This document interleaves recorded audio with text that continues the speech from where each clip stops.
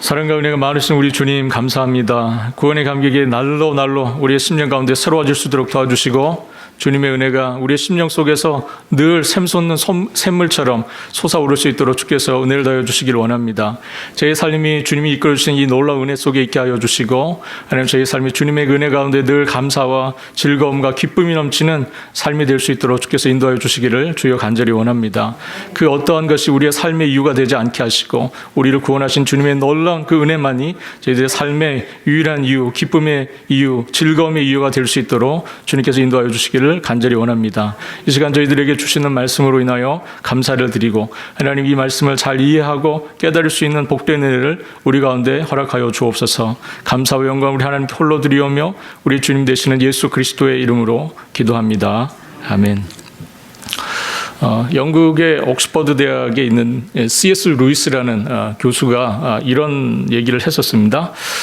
현대인들이 귀신에 대해서 가지는 대표적인 두 가지 극단적인 편견이 있다 그랬습니다. 현대인들이 귀신에 대해서 갖는 극단적인 편견 두 가지. 그 첫 번째는 귀신을 지나치게 믿는 것이라고 했고요. 두 번째는 귀신을 아예 믿지 않는 것이라고 했습니다. 여러분들 어느 쪽에 속하시나요?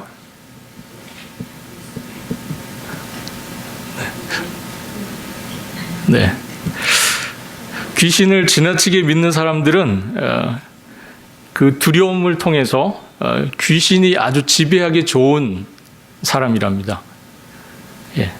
그리고 또 귀신을 아예 믿지 않는 사람은 손댈 것이 없는 무신론자이기 때문에 오히려 귀신들이 그들의 생각과 그들의 사고를 조정하기가 더 수월하다 이런 얘기를 했습니다.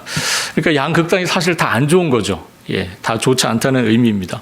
오늘 우리가 성경 본문에 귀신에 대한 이야기가 소개되어 있습니다. 오늘날 성경은 우리에게 이 땅에서 일어나고 있는 온갖 더러운 일들, 보기에 흉하고 또 우리에게 그 굉장히 보기가 흉하고 어려운 어떤 의미에서 구토를 만드는 그런 더러운 사건들의 배후에는 반드시 이 더러운 영들의 역사가 있다고 성경은 분명히 우리에게 말씀을 하고 있습니다. 마가복음을 우리가 지금까지 5장까지 읽어왔는데 읽어오면서 사실 예수님이 공생애를 시작한 첫 번째 사역이 가버나움의 어느 한 회당에서 있었는데 이때 주님께서 하셨던 일이 더러운 귀신 들린 자를 고치는 일이셨습니다. 그래서 마가복음에서 볼 때 예수님이 하셨던 첫 번째 공생애를 시작하면서 하셨던 일이 바로 더러운 귀신을 고치는 그 일이셨습니다. 그리고 그 뒤로도 예수님은 각종 병든 자들을 고치셨을 뿐만 아니라 또한 많은 귀신들을 내쫓는 일들을 예수님께서 하셨습니다. 그렇게 귀신 쫓는 사역을 많이 하셔서 그런지 한 번은 예수님이 오해를 받으셨어요. 어떤 오해였냐면 그러니까 귀신들의 왕인 바알세불의 그 능력을 받아서 예수가 그런 귀신들을 쫓아내는 일들을 하고 있다는 그런 오해였었습니다. 그래서 실제로 예루살렘에서 서기관들이 내려와서 예수가 정말 그런지 이런 걸 조사하러 내려온 적이 있었습니다. 우리가 예수님의 하늘나라 복음을 전하신 이 사역을 우리가 볼 때 예수님은 하늘나라의 말씀, 그것을 선포하심으로 복음을 드러내기도 하셨고요. 또 한편으로는 병자들을 치유하고 그리고 귀신 들린 자들의 그 귀신을 내쫓으심으로 그 하나님 나라의 능력을 드러내기도 하셨습니다. 그래서 예수님은 제자들에게 전도하러 파송하는 그 일을 하시면서 제자들 파송하실 때 말씀을 전해주셨을 뿐만 아니라 귀신을 내쫓는 능력도 함께 갖게 하시고 보내셨습니다. 그만큼 예수님의 사역에 있어서 귀신을 내쫓는 일은 하늘나라 복음을 전하는 사역에 있어서 매우 중요한 그런 역할을 했던 사역입니다. 말씀드린 것처럼 오늘 저와 여러분이 읽었던 이 본문도 역시 귀신을 내쫓는 예수님의 사역을 소개하고 있습니다. 그런데 오늘 본문이 좀 흥미로운 것은 이 예수님의 귀신을 내쫓는 사역이 유대인들의 지역이 아닌 유대인들의 지역을 벗어난 이방인들의 지역에서 일어난 예수님의 첫 번째 기적 사건이라는 겁니다. 그것이 오늘 사건이 주는 아주 중요한 의미입니다.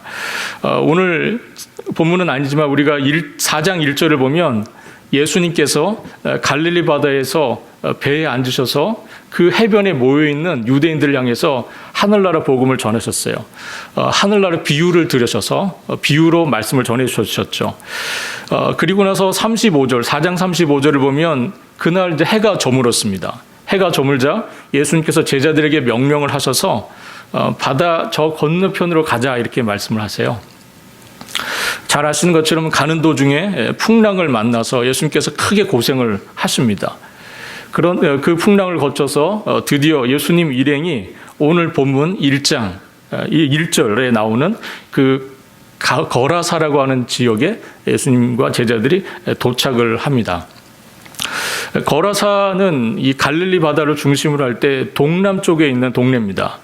그리고 20절 말씀, 오늘 본문 제일 마지막 절인 20절에 보면 이 거라사라고 하는 지역은 데가볼리라고 하는 큰 지역의 일부 동네 지역의 이름입니다. 이 데가볼리라고 하는 것은 두 개 단어가 이렇게 합성되어 있는 그런 단어입니다. 데가라는 것은 10이라는 뜻이죠. 10. 그리고 볼리, 폴리스라고 하는 것은 도시들을 의미합니다. 그래서 이 데가볼리라고 하는 지역은 10개의 도시가 이렇게 연합체로 묶여져 있는 지역이에요. 여러분들 지도를 보시면 이 요단강 동쪽 지역입니다. 요단강 동쪽 지역. 거기가 데가볼리라고 하는 지역이었어요. 이 지역은 10개의 도시가 이렇게 상업적으로 연결되어 있고 또 군사적으로 이렇게 연결이 되어 있는 10개의 도시였었습니다. 그리고 로마가 직접 지배하는 그런 구역이었어요.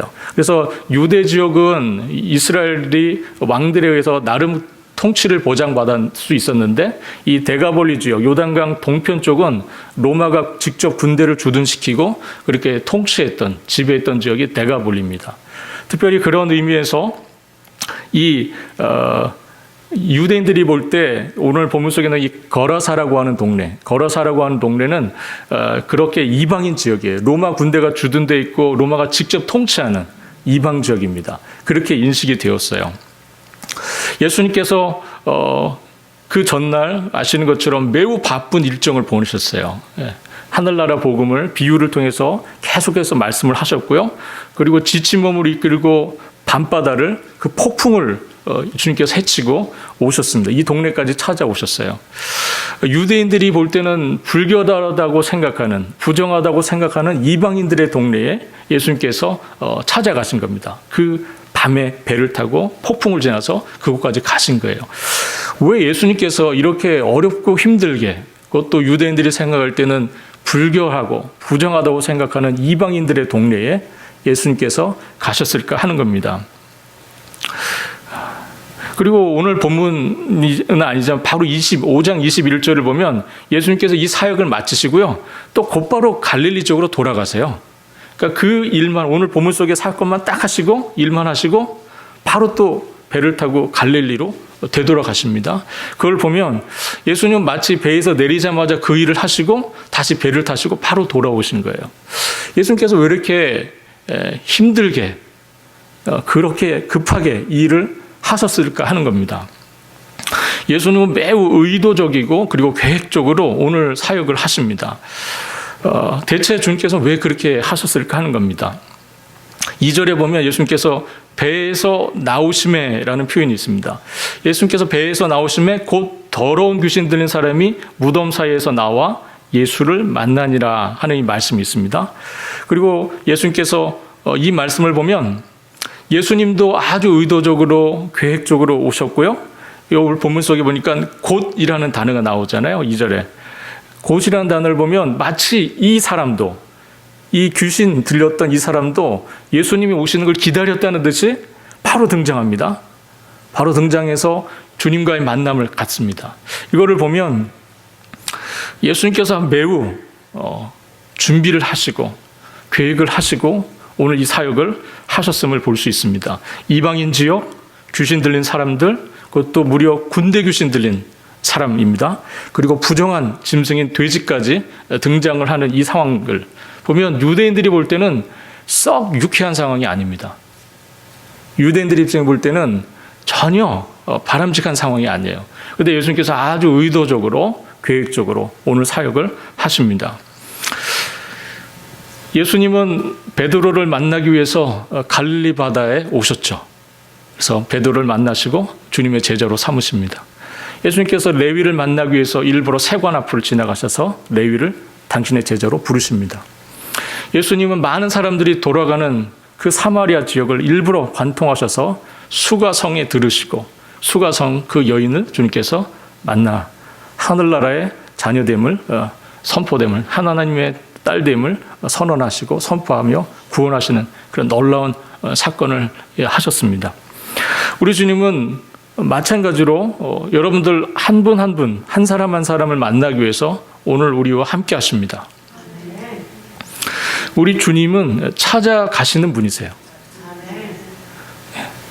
세상의 모든 종교는 찾아와서 자신의 도를 통해서 자신의 수양을 통해서 신적인 경제에 이르는 것이 신앙의 중요한 고울이지만 놀랍게도 기독교 신앙은 하나님께서 하늘 저 보좌를 버리시고 우리 가운데 찾아오시는 이 일로부터 놀라운 역사가 시작이 됩니다.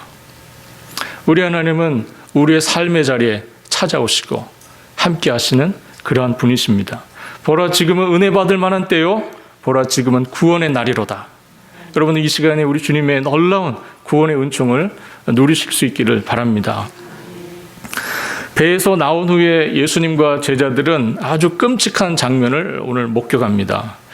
더러운 귀신 들린 사람이 무덤 사이에서 갑자기 등장을 한 거예요. 그는 몸에 피를 흘리고 있었습니다. 그리고 그는 제어할 수 없는 강한 힘을 가지고 있었고 어느 누구도 그를 통제할 수 없었어요. 매우 위협적인 모습으로 그리고 무시무시한 모습으로 주님과 제자들 앞에 이 사람이 등장을 합니다. 여러분들 제자들을 생각해보면 방금 전까지만 해도 제자들은 그 무시무시한 그 밤바다의 폭풍을 뚫고 지나온 제자들이지 않습니까? 정말 놀란 가슴을 쓰다듬기도 다 전에 갑자기 배에서 내리자마자 어떤 사람이 무시무시한 모습으로 갑자기 등장을 한 거예요. 그러니 제자들이 얼마나 놀랬겠습니까? 그죠? 그 사람의 모습을 보면서. 그들은 이전에 귀신 들린 사람들 많이 만났어요. 예수님께서 귀신 들린 자들을 고치시는 많은 사역들을 하셨기 때문에 귀신 들린 사람들을 많이 만났었어요. 제자들은. 그런데 이 사람은 완전 다른 사람인 거예요. 이 사람은 완전 그 전에 만났던 귀신 들린 사람들과는 전혀 비교가 안 될 만한 그런 놀라운 모습으로 이 사람이 등장을 합니다. 이 더러운 귀신 들린 사람, 이 광인은 무덤 사이에 살고 있었습니다. 여러분들 어떻게 사람이 무덤 사이에 살죠? 여러분들 무덤 사이에 사는 일을 상상해 보셨습니까? 사람이 무덤 사이에 살기는 쉽지 않죠. 그런데 여러분들 1세기의 그리스도인들은 무덤 사이에 살았었습니다. 신앙 하나를 붙들기 위해서 1세기의 그리스도인들은 박해를 피해서 카타콤이라고 하는 무덤에서 살았던 적이 있었습니다. 그 카타콤이라는 그 말은 카타라고 하는 것은 뭐뭐 사이 그런 뜻이에요. 콤은 무덤이라는 뜻입니다. 그래서 무덤 사이에 1세기에 초대 4세기 전까지 기독교에 대한 핍박이 굉장히 심할 때 그리스도인들이 그 박해를 피해서 무덤 사이에 살았던 적이 있습니다. 그 기록이 아직도 남아있죠. 그런데 사실 그런 상황이 아니죠. 이 귀신 들린 거리사니는 단순히 미친 사람이 아니었습니다. 오늘 본문 4절에 보니까 그는 아무도 통제할 수 없는 정말 초인적인 능력을 갖고 있었던 사람입니다. 그는 쇠사슬에, 그래서 사람들이 그에게 쇠사슬을 묶어버렸어요. 통제가 안 되니까 쇠사슬을 묶어버렸습니다. 발에 고랑을 채워버렸어요. 그리고 이 사람이 무덤가에 살도록 그냥 두었습니다. 그는 무덤가에서 죽음과 침묵의 자리인 그 무덤에서 그는 소리를 지르고 돌로 자기 몸을 막 해하면서 그는 살았습니다. 그는 귀신에 억눌린 자로서 정말 인간으로서의 그 최소한의 존엄성도 다 상실해버리고 완전히 비인간적인 그러한 상황 속에서 그는 어려움 속에 마치 짐승처럼 버려진 버러지처럼 그는 나둥글면서 무덤 사이에서 살고 있었습니다. 결국 그는 이 초인적인 힘을 가지고 결국 쇠사슬 끊어버리고요. 고랑도 끊어내버립니다. 그리고 왠지 모를 분노에 가득 차서 고래고래 소리를 지르며 돌아다녔습니다.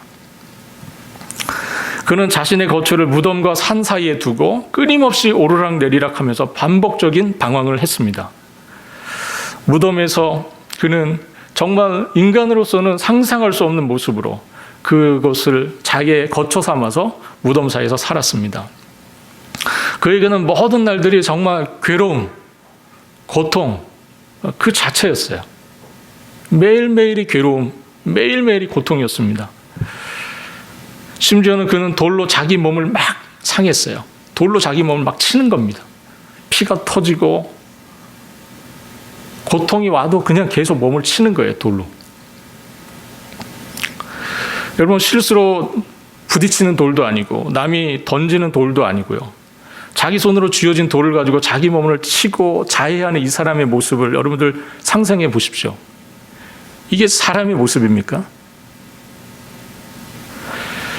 너무나 안타까운 그의 모습을 우리가 생각해 볼 수 있습니다. 이런 때에 우리 주님께서 찾아와 그를 만나 주셨습니다. 어느 누구도 찾지 않는 그 사람, 그 주님, 그 사람을 향해서 우리 주님께서 밤에 폭풍을 해치시고 나아가 그를 만나 주셨습니다.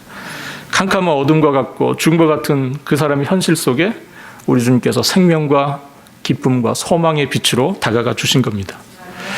죽음을 기다리는 것 외에는 전혀 소망이 없어 보였던 그에게 우리 주 예수 그리스도께서 찾아오신 겁니다. 예수께서 지난밤에 폭풍을 헤치고 이후까지 이 사람을 만나기 위해 찾아오셨습니다. 거라사라고 하는 동네, 그 동네 마을 사람들이 그 광인에게 할 수 있었던 것, 그것은 고작 이 사람에게 쇠사슬을 채우고 고랑을 채워서 그냥 멀리 격리시키는 것이 그 사람들이 할 수 있었던 전부였었습니다. 이것은 어떤 의미에서는 이 미친 사람, 이 광인의 횡포로부터 스스로를, 이 공동체를 보호하고 또 한편은 어떤 의미에서 그 사람의 자해 행위를 막으려고 하는 일이었을 겁니다. 그러나 이것은 그 사람을 진정으로 위하는 것도 아니었고 그 사람을 진정으로 치료하는 것도 아니었었습니다. 매우 부정적인 조치였고 어떤 의미에서는 이 광인을 더 비인간화시켜버리는 그러한 일이었었습니다.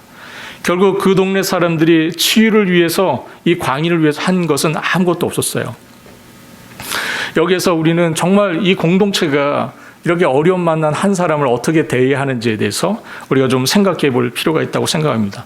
절박한 인간의 현실적인 문제에 놓였던 이 사람을 이 공동체가 어떻게 대해야 할 것인가 하는 거죠. 적어도 우리 교회 공동체가 정말 이 사회는 신경 쓰지 못하는 부분들, 낮고 어려움 속에 있는 사람들, 적어도 이 교회가 그곳을 향해서 주님의 마음으로 바라보고 주님의 마음으로 찾아갈 수 있는 그네가 있기를 바랍니다. 그러나 예수님은 이 광인을 만나서 대화하시고 그를 완전히 고쳐 주십니다. 예수님은 죄와 어둠의 권세에 눌렸던 이 사람을 구원하기 위해서 이 땅에 오신 분이시죠. 광인은 동네 사람들이 단단히 채웠던 쇠고랑과 쇠사슬을 끊어서 부숴버릴 수 있을 정도의 힘이 있었던 사람이에요. 그러나 마귀의 올무를 도저히 풀어내지 못했습니다. 그는 이 쇠고랑과 쇠사슬과 쇠고랑을 다 끌어낼 정도로 놀라운 힘을 가지고 있었던 사람이었지만 그럼에도 불구하고 그는 마귀의 그 단단한 올무를 끊어내지 못했고 마귀의 그 단단한 올무에 매여서 평생을 고통하며 살았던 사람입니다. 아무리 돌로 내리쳐도 그 단단한 올무가 끊어지지 않았어요. 오직 철장을 깨뜨리시고 질그릇을 부숴내시는 우리 주 예수 그리스도만이 그 단단한 올무를 끊어낼 수 있습니다. 예수님은 십자가의 부활과 그 능력으로 죄와 사망을 이기시고요, 마귀의 세력을 결정적으로 꺾으신 분이십니다. 할렐루야. 마귀와 그의 추종 세력에 대한 마지막 심판은 우리 주 예수 그리스도께서 재림하실 때에 함께 집행이 될 것입니다. 성경이 우리에게 그것을 분명히 말씀하고 있습니다. 우리 로마서 16장 20절 말씀 한번 같이 읽어보도록 하겠습니다. 평강의 하나님께서 속히 사단을 너희 발 아래서 상하게 하시리라. 우리 주 예수 그리스도의 은혜가 너희에게 있을지어다. 요한계시록 20장 10절입니다. 또 그들을 미혹하는 마귀가 불과 유황봇에 던져지니 그는 거기서 세세토록 밤새 괴로움을 받으리라. 네, 로마서 16장 20절 말씀처럼 하나님께서 속히 사단을 그 발 아래 상하게 하시리라. 주님께서 이렇게 말씀하시고 요한계시록 20장 10절의 말씀처럼 그들을 미혹하는 마귀가 불과 유황못에 던져질 것이라고 말씀을 합니다. 이 말씀처럼 귀신들은 예수님이 나타나신 것, 예수님이 그들 앞에 지금 등장하신 것이 마치 이 마지막 때의 심판이 시작된 것으로 이 귀신이 생각을 했어요. 그래서 오늘 본문의 7절과 병행 구절인 마태복음 8장 29절을 보면 이렇게 말씀이 되어 있습니다. 한번 같이 읽어보겠습니다. 마태복음 8장 29절입니다. 이에 그들이 소리질러 이르되 하나님의 아들이여 우리와 당신과 무슨 상관이 있나이까? 때가 이르기 전에 우리를 괴롭게 하려고 여기 오셨나이까 하더니 때가 이르기 전에 우리를 괴롭게 하시려고 여기 오셨습니까? 이렇게 물어요. 이 귀신 들린 자가요. 귀신들은 자신들이 지금 결국 하나님의 심판을 받게 될 것이라는 것을 알고 있었습니다. 그런데 벌써 그때가 되었느냐 하고 묻는 거예요. 오늘 또 누가복음 8장 31절 한번 보겠습니다. 누가복음 8장 31절. 오늘 본문과 병행 본문입니다. 무저갱으로 들어가라 하지 마시기를 간구하더니 오늘 마가복음 5장과 함께 병행 이 같은 사건을 기록하고 있는 마태복음, 누가복음을 보면 이런 말씀들이 있어요. 이 귀신들이 하는 이야기입니다. 무저갱으로 들어가라 하지 마시기를 간구합니다. 이 귀신 들린 자가. 무저갱이라는 것은 그 끝이 없는 구덩이라는 뜻이죠. 그 끝이 없는 구덩이, 끝을 알 수 없는 구덩이. 그것이 무저갱입니다. 성경에 보면 최후 심판의 때에 마귀가 갇히게 될 곳이 무저갱입니다. 이 귀신 들린 자들이 지금 예수님에게 우리를 그 무저갱으로 들여보내지 말라고 그렇게 지금 간구를 하고 있는 것이죠. 이들은 자신들의 패배를 알았어요. 예수께서 등장하셨다는 것, 하나님 나라의 시작이고 하나님 나라의 도래고 결국 사단의 나라, 마귀의 나라가 패배할 수밖에 없다는 이 사실을 이들이 알았습니다. 그래서 주님 앞에 매달리는 거예요. 주님 벌써 그때가 되었습니까? 벌써 우리를 괴롭히려고 오셨습니까? 주님 우리를 제발 무저갱으로는 보내지 말아달라고 그가 간절히 요청을 합니다. 이처럼 거라사인에 나타나신 예수 그리스도의 나타나심, 예수 그리스도의 이 임재는 하나님의 나라가 드디어 유대를 넘어서 이방인 세계까지 나아가고 그곳에 있는 사탄의 그 진지를 완전히 파하시고 그들에게 사로잡힌 자들을 해방시키고 자유하게 하여서 구원 사역이 이루어지고 있음을 선언해 주시는 그것을 우리에게 보여주는 사건이 오늘 거라사인의 이 사건입니다. 오늘 이 등장하는 귀신들, 이 귀신들의 정체는 뭐입니까? 이 귀신들의 정체는 한 인간을 완전히 파괴하는 거죠. 한 인간을 완전히 망치는 겁니다. 그들은 정말 한 인간을 돕기 위해서 그 사람 안에 거처를 삼은 것이 아니라 자신들의 죽음의 놀이터로 만들려고 이 사람 안에 들어간 거예요. 무려 2,000명이나 무려 그 군대라고 하는, 그 당시 군대라고 하는 것은 한 6,000명 정도 되는 군대 규모입니다. 6,000명. 한 사단 정도 규모라 그래요. 이 레기온이라고는 이 군대라고 하는 단어의 의미가 한 6,000명 정도 되는 군대 조직을 의미하는 겁니다. 이렇게 많은 귀신들이 한 사람에게 들어가 있는 거예요, 지금요. 그러니 그 사람의 삶이 어떻겠습니까? 그 사람 6,000명이 넘는 6,000개가 넘는 그 귀신들이 한 사람 앞에 한 사람 그 영혼 속에 들어있는 이 놀라운 현실 정말 끔찍하지 않습니까? 그죠? 예. 죽음의 놀이터인 거죠. 완전 이 사람은요. 그렇게 인간을 철저하게 파괴하기 위해서 귀신이 그에게 들어간 겁니다. 그 귀신을 향해서 우리 주님께서 8절에 뭐라 그러십니까? 더러운 귀신들아, 더러운 귀신아. 우리 주님께서 매우 그 상황을 놓고 분노하신 겁니다. 더러운 귀신아. 그들은 두려웠을 거예요. 주님께서 그 자신들의 정체를 알아봤기 때문입니다. 예수님은 그들이 누군 줄 알고 계셨죠. 그러자 그들이 주님께 이렇게 얘기합니다. 7절입니다. 지극히 높으신 하나님의 아들 예수여. 지극히 높으신 하나님의 아들 예수여. 하나님의 아들 예수. 이것만 들으면 여러분들 이것은 마치 한 신앙인의 고백처럼 들리지 않으십니까? 그런데 여러분 마가복음 1장 1절 여러분들 기억하십니까? 뭐라고 말씀하죠? 하나님의 아들 예수 그리스도의 복음의 시작이라. 그죠? 하나님의 아들 예수 그리스도 복음의 시작이라. 여러분, 이 1장 1절 말씀과 오늘 본문 7절에 귀신들의 이 고백, 여러분 보시면서 어떤 생각이 드십니까? 차이가 보이시나요, 혹시? 어떤 차이가 있죠? 분명히 차이가 있습니다. 어떤 차이입니까? 예수를 누구로 인정하느냐 하는 거예요. 귀신들은 예수에 대한 그 뒤에 고백이 없어요. 예수가 하나님의 아들이라는 사실은 알고 있었지만 예수께서 그리스도라는 사실에 대한 인정이 없습니다.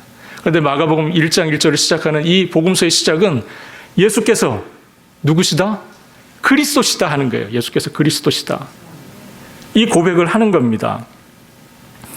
문제는 예수가 누구냐 하는 겁니다. 여러분들에게 예수는 누구십니까? 여러분들에게 예수는 누구세요? 그리스도이십니까? 예수께서 여러분들의 생명을 구원하신 구원자 되시고, 예수께서 여러분들에게 주님 되시는, 여러분들의 삶의 주인 되시는 주님이십니까? 예수 그리스도가 고백되어야 하는 것이죠. 그러나 마귀에게는 그게 없었습니다. 예수는 다만 하나님의 아들인 것에 대한 인정은 있었어요. 그러나 그 예수가 내 생명의 구원자이시고 내 삶의 주인 되신다고 하는 그리스도로서의 고백이 없었던 겁니다. 그러므로 마귀들의 고백, 이 귀신들의 고백은 감사와 감격에서 나오는 신앙 고백이 아닌 겁니다. 그들은 심판이 두려웠고, 그래서 그 두려움 속에 공포에 찬 울부짖음, 부르짖음에 불과한 그런 고백이었습니다. 그들의 항변이 계속됩니다. 뭐라 그럽니까? 나와 당신이 무슨 상관이 있나이까? 나와 당신이 지금 무슨 상관이 있습니까? 하는 이 얘기예요. 이 귀신들이 지금 예수님과 흥정을 하고 있습니다. 당신은 당신의 일을 하십시오. 나는 나의 일을 하겠다는 거예요. 난 your business. 이렇게 얘기하는 거예요. 정말 그렇습니까? 정말 그렇게 하는 것이 맞아요? 예수님 이 땅에 왜 오셨습니까? 마귀들은 지금 타협을 하자고 얘기하는 겁니다. 당신은 당신의 일을 하십시오. 우리는 우리의 일을 하겠다는 거예요. 그러나 예수님은 이 땅에 오셔서 마귀의 세력을 멸하시고 그 갇힌 자들을 자유케 하시고 살려내시기 위해서 이 땅에 오신 그리스도가 아니십니까? 그러니 이 마귀의 이야기는 완전히 틀린 얘기죠. 요한일서 3장 8절 말씀을 같이 보겠습니다. 요한일서 3장 8절입니다. 죄를 짓는 자는 마귀에게 속하나니 마귀는 처음부터 범죄함이라. 하나님의 아들이 나타나신 것은 마귀의 일을 멸하려 하심이라. 하나님의 아들이 나타나신 것은 마귀의 일을 멸하러 하심이라. 귀신들은 자신들의 쫓겨날 운명을 알고 있었습니다. 숫자가 많은 군대 귀신이었지만 심판의 자리를 피할 수 없다는 것을 알고 있었습니다.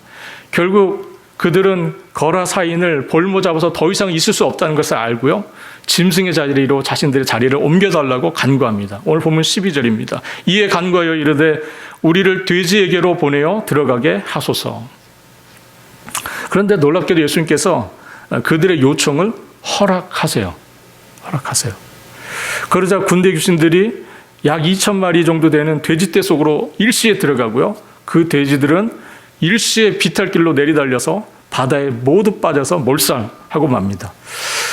그런데 이 돼지떼 2,000마리가 몰살한 이 사건에 대해서 우리가 좀 이해를 가질 필요가 있습니다. 이게 누가 한 일인가요? 지금 예수님께서 하신 일인가요?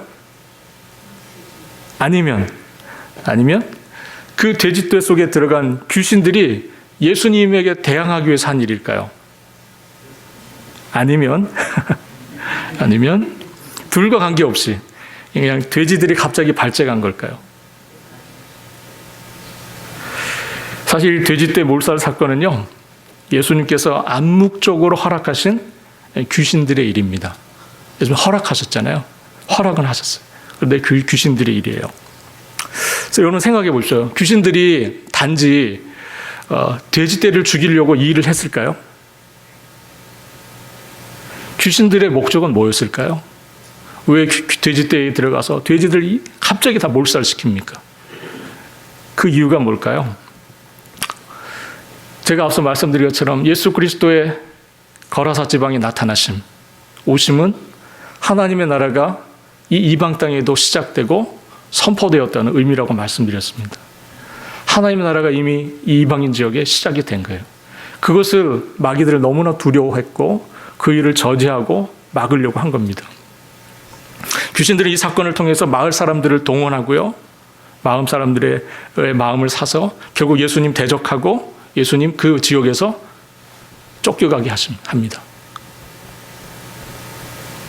결국 예수님 그 지역에서 물러나세요. 이 사건 이후에 바로. 마을 사람들이 떠나시기를 간청합니다. 제발 떠나주십시오. 이렇게 요청해요. 얼핏 보면은 귀신들은 자신들의 의도대로 모두가 된 것 같아요. 10절에 보면 이들이 이렇게 얘기하죠. 오늘 보면 10절입니다. 뭐라고 말하죠? 자기를 그 지방에서 내보내지 마시기를 간구하였다 그랬죠. 마귀들이 그랬어요. 이 귀신들이. 결국 이들의 이 요청대로 어떤 의미에서는 그들은 그 지역에 남았습니다. 그리고 예수님만 물러가시는 상황이 되었어요. 여러분들 이걸 보시면서 어떤 생각이 드십니까? 결국 예수님의 사역이 이렇게 잠깐 하시고 실패하고 끝나는 것인가? 이런 생각이 들죠. 정말 그렇습니까?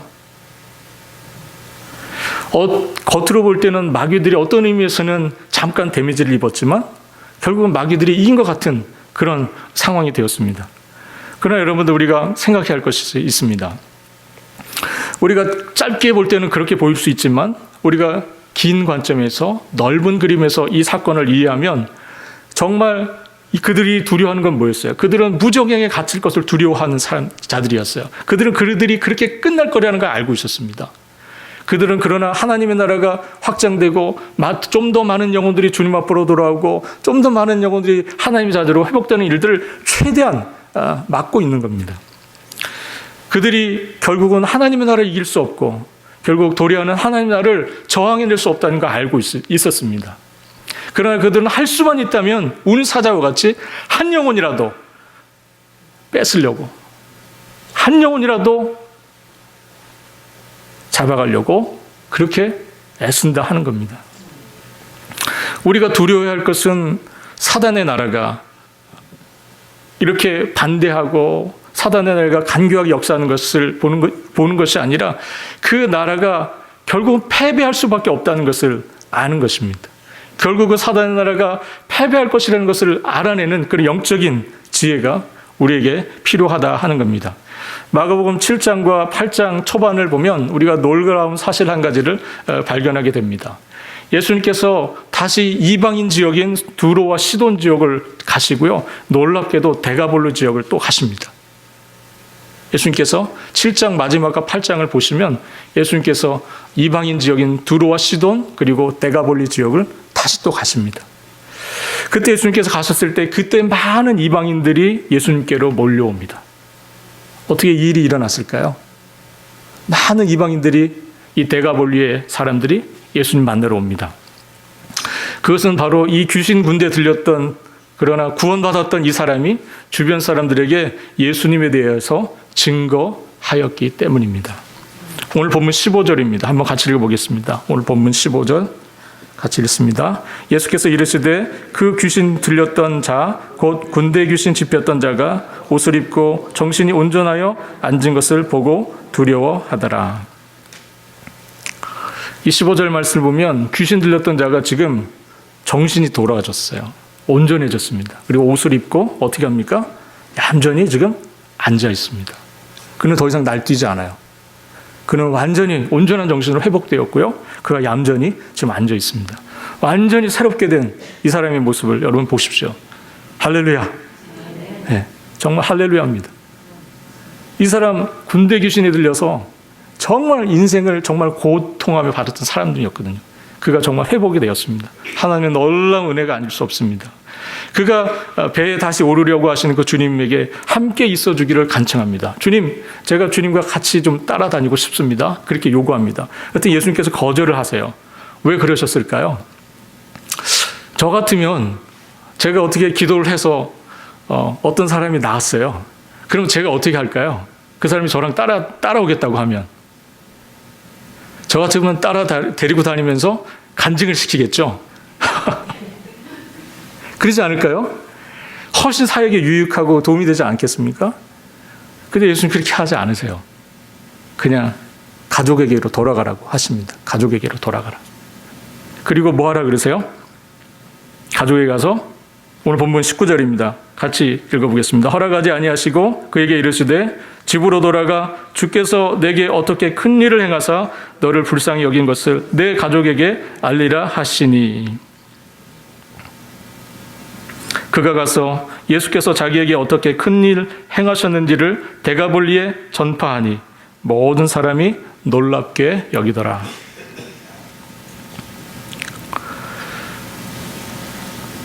복음이 전해지는 순서입니다. 가족에게 그리고 그 이웃에게. 우리 주님께서 이 사람 돌아가서 가족에게 하나님께서 너를 얼마나 불쌍히 여기셨고 너를 얼마나 긍휼히 여기셨고 너를 얼마나 사랑하셔서 이 놀라운 일을 행하셨는지를 가족들에게 알리라. 그리고 데가볼리 사람들에게 전하라. 이것이 주님께서 하신 일입니다. 이 증거와 이 전파를 함께 들었던 데가볼리 사람들이 주님께서 다시 오신다는 소식을 듣고 다 함께 그 주님을 만나러 찾아간 겁니다. 오늘 여러분들이 한 사람 한 사람이 우리 주님으로부터 받았던 은혜와 우리 주님께서 여러분들을 불쌍히 여기셔서 주셨던 은총이 있다면 오늘 이것을 가지고 가족들에게 나누시고 더 나아가서 이웃에게 증거할 수 있는 은혜가 있기를 바랍니다. 오늘 이 거라사인의 사명이 여러분과 저에게도 동일하게 주어졌습니다.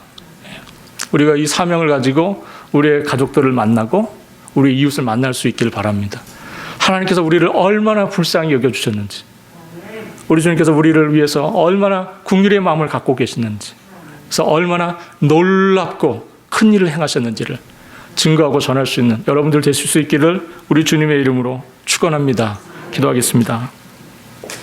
사랑과 많으신 우리 주님 감사합니다. 오늘 거라사인의 이 광인의 이야기를 통해서 하나님 저희들에게 놀라운 은혜를 주셨던 것을 저희가 다시 기억하며 하나님 참으로 죽은 자와 같았고 정말 죽음의 권세 아래에 있었던 저희들을 불쌍히 여기셔서 긍휼히 여기셔서 저희들 찾아와 예수 그리스도의 피 묻은 복음 허락해 주시고 그 은혜 안에 두셔서 회복하여 주시니 우리 주님 감사와 영광을 주님께 드립니다. 하나님 우리에게 주신 이 하나님의 놀라운 사랑, 하나님의 이 놀라우신 일들을 저희가 우리의 사랑하는 가족들과 나누고 더 나아가서 우리 이웃에게 전하고 증거할 수 있는 저희들이 될 수 있도록 주의 은혜를 베풀어 주옵소서. 감사와 영광 우리 하나님께 홀로 드리오며 우리 주님 되시는 예수 그리스도의 이름으로 기도합니다. 아멘.